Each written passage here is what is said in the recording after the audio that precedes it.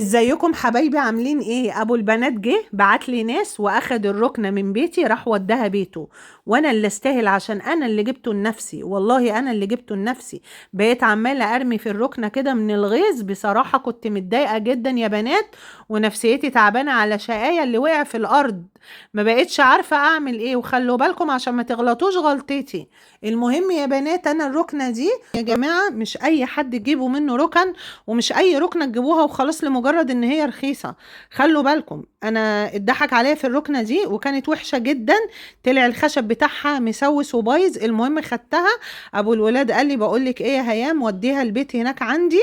وقلت بقى ايه، اعمل ركنه جديده.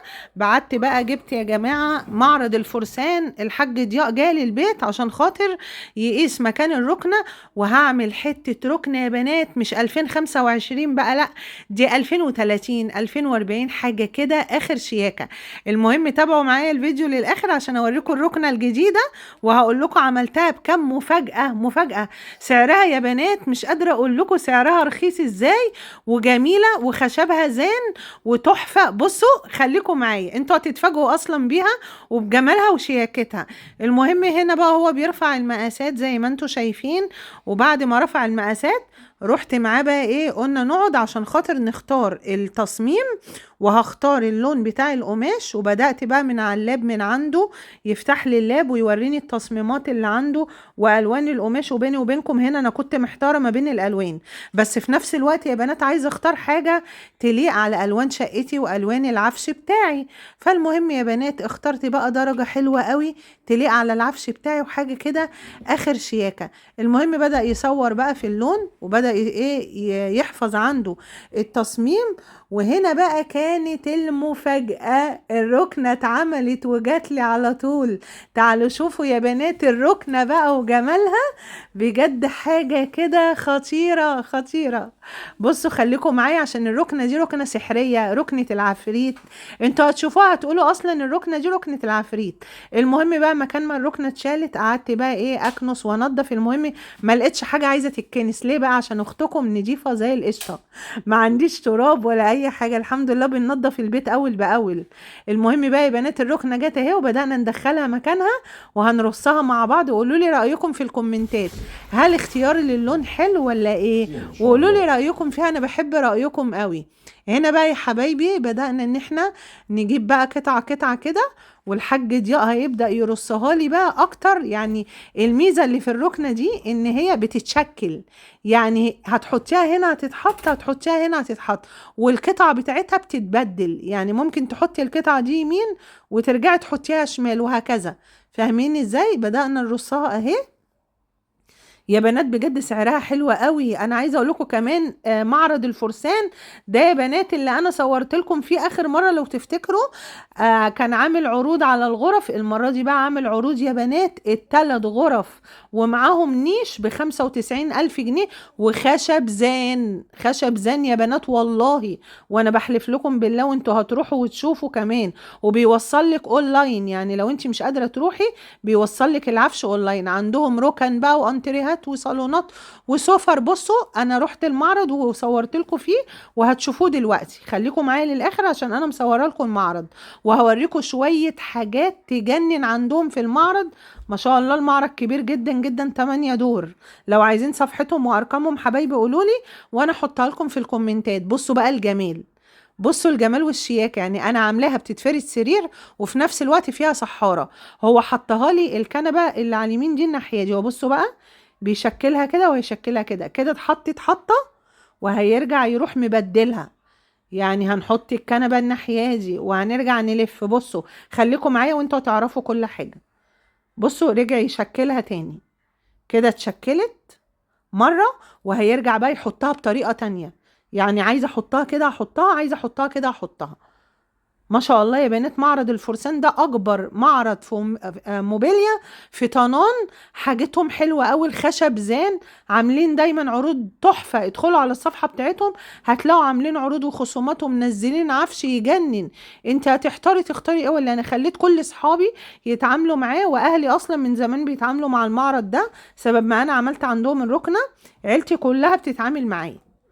بصوا رجع شكل الركنه ازاي، شكلها لي الناحيه التانية. واحلى حاجه في الركنه ان هي يا بنات فيها سماعات، يعني تقدري تسمعي عليها القران، لو بتسمعي اغاني من خلال البلوتوث والتليفون بتشغلي حاجتك عادي جدا. بصوا السماعات هوريها لكم اهي، بصوا الجمال بقى، قولوا لي ايه رأيكم. وبعدين لونها عجبني كده غامقة، عشان انا حطاها هنا في الليفينج قدام الغرف بتاعتي انا وولادي، وحاطين الشاشة قدامها، فنقعد هنا بقى ونتفرج.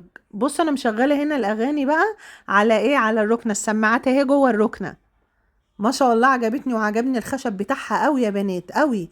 بتتفرد سرير زي ما انتوا شفتوا، يعني تقدروا تفردوا ظهركم كده وانتوا بتتفرجوا. بصوا بقى ده موبيليا الفرسان، عنده كل حاجة ما شاء الله، اكبر معرض موبيليا في طنان. وزي ما قلتلك الناس اللي تبعي كلهم هم اللي هياخدوا العرض ده، بس قولي ان انا تبع الشيف هيام محمود، هو عامل العرض ده عشان خاطري، اللي هو 3 غرف ومعاهم نيش ب95,000 جنيه، وخشب زان زان، يعني يعيش معاكي العمر. بصوا ما شاء الله الانتريهات عامله ازاي، والركن، وعندهم سفره، وعندهم صالونات، عندهم كل حاجه، وغرف اطفال. وعلى فكره مش شرط تاخدي العرض كامل، يعني لو عايزه انتريه لوحده هيديكي، عايزه نيش لوحده تقدري تاخديه من عندهم عادي، عايزه غرفه لوحدها مفيش مشكله، مش لازم تاخدي العرض كامل يعني. وبيوصلك لغايه البيت وانتي مكانك، بيوصلك العفش بتاعك، بتختاري التصميم وهو بيبعتهولك وبيوصلهولك على طول.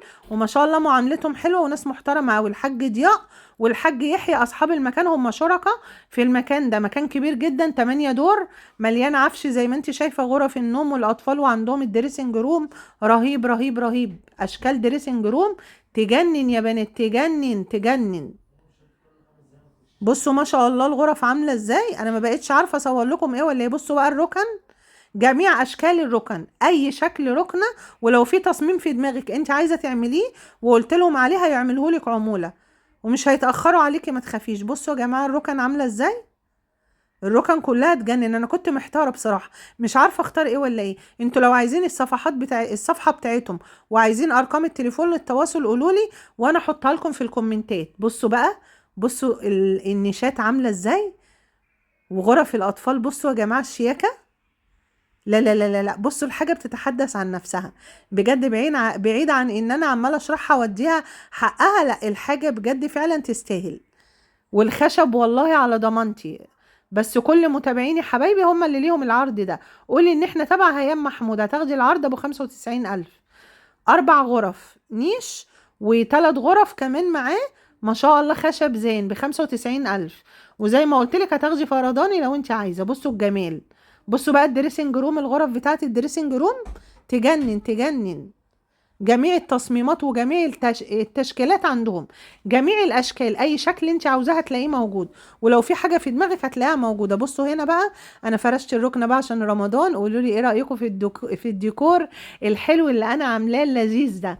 كل سنه وانتم طيبين، رمضان كريم. بصوا شكل الركنه اما اتفرشت يا بنات